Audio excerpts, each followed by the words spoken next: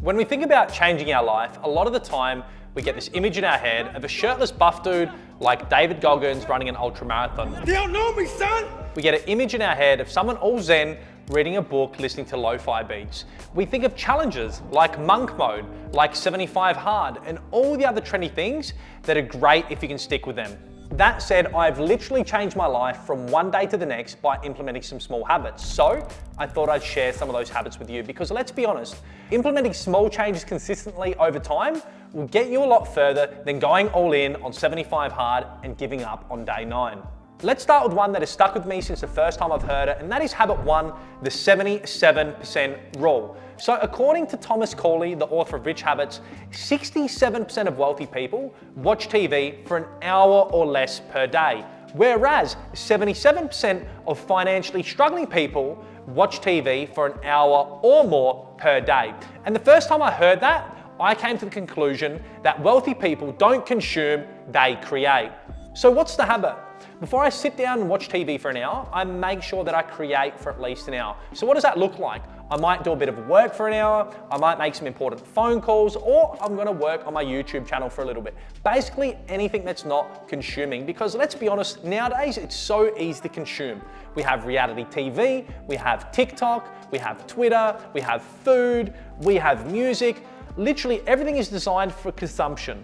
And when you're consuming, you're not creating the future of your dreams. And most of your fulfillment and happiness in your life comes from creating and building the future of your dreams. And feeling depressed, feeling frustrated, feeling like you're wasting your life comes from consumption. You spend your money, you spend your time, and you waste your focus. And really, if you want to get rid of your problems, you probably shouldn't do that. Let me just pop the next habit in here, which is habit 2, the 1 category rule. So a lot of people have been where you are right now, and I've also been where you are right now. Sick to death of living the same life on repeat without any direction, and right now you're ready to make some changes. But the thing is, when you're at this point in your life, a lot of the time we try and make all these changes at once. Yeah, I'm gonna start going to the gym 5 days per week. I'm gonna give up alcohol cold turkey, or I'm gonna change my job. And there is no way, or let's say it's highly unlikely, that you're gonna manage to be able to do all these things at once. So instead of trying to tackle everything at once, pick one thing and give it your full focus for as long as it takes. I think slow and steady wins the race works for most things in life. If it takes you 4 months to develop the habit of going to the gym, so be it. And once you've developed the habit, then you can work on something else, like giving up alcohol. If you try and do everything at once, you're probably gonna end up nowhere, hence the 1 category rule. This leads nicely onto habit 3, which is the Eisenhower Matrix. So when I used to complain to people about my life, one of my go-to excuses for not sorting out my problems were, I don't have enough time. But now when I look back upon my times, I had plenty of time, but I was just wasting so much of it. And this is where I came across the Eisenhower Matrix. And what is it? It's basically a prioritization framework.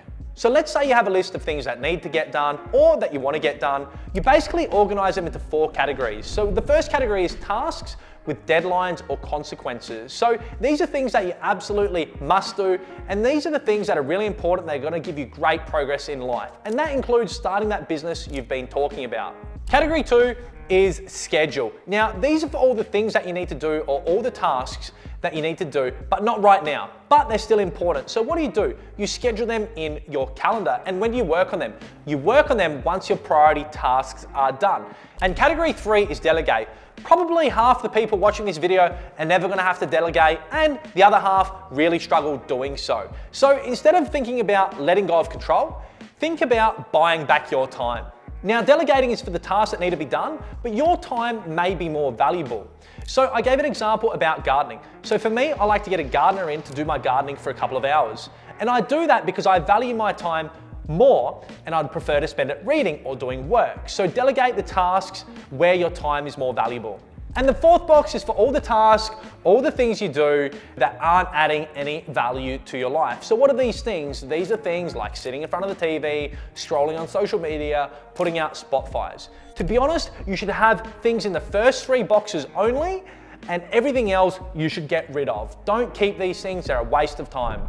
Habit 4, set goals. And I know you've heard this hundreds of times from YouTubers, but it simply works. You're not gonna wake up one morning ready to fix your life, ready to fix all your problems if you don't know what you want your life to look like.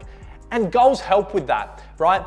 And the key here is not necessarily to aim for huge goals, but to aim for attainable goals. So let's say that you're broke, and let's say that you might have a goal of trying to earn $1 million in the next 12 months. Look, the likelihood of that happening is probably minimal.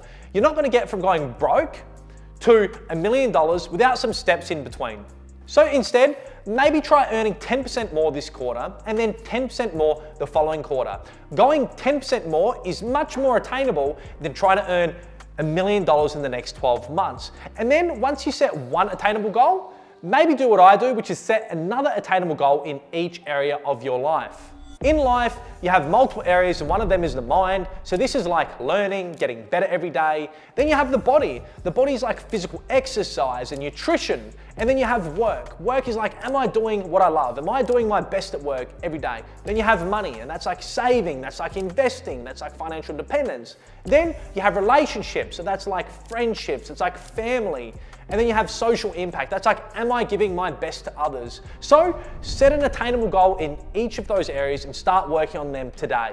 I'm trying to get my YouTuber voice on. Today we're talking about investing. Investing 101 with Simon Mucha. Save, invest, and let the power of compound interest make you become your best.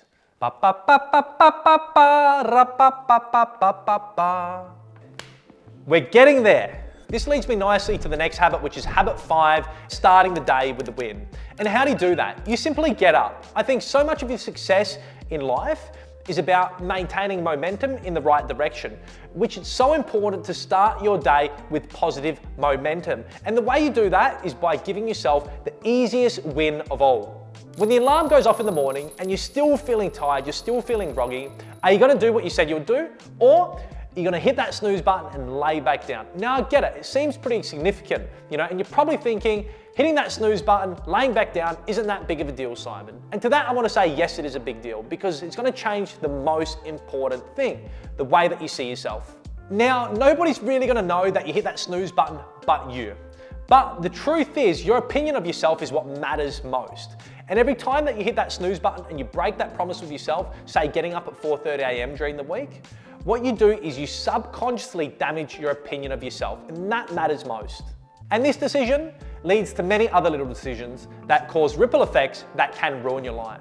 Before you know it, you stop going to the gym, you end up replacing that apple with a Snickers bar, and you stop working on your goals. And before you know it, that small win that you didn't think was important ended up ruining your life and causing you to go off track. Now, I love getting up early, and I'm not suggesting that you get up early, but what you could do is set yourself a small win or a small goal that could be as simple as making your bed. And then when you get this one win, it leads to the next.